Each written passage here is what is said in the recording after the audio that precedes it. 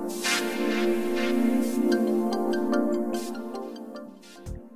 ponedeljek 8. aprila v popoldanskih urah v prostorih Velike avle Doma kulture v Slovenskih Konjicah so otroci prisluhnili pravljici z naslovom Nekega deževnega dne, ki jo je pripovedovala tudi tokrat pravljičarka Simona Gorjup.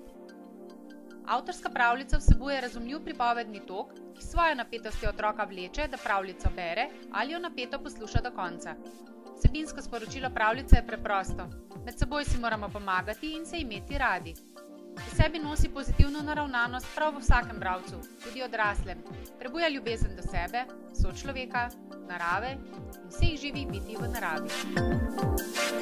Dežne kapljice so malega Ježka zelo razveselile, saj je dobil novo rumeno pelerino, klobuk, škorence in rdeč bleščeč dežnik z belimi pikami.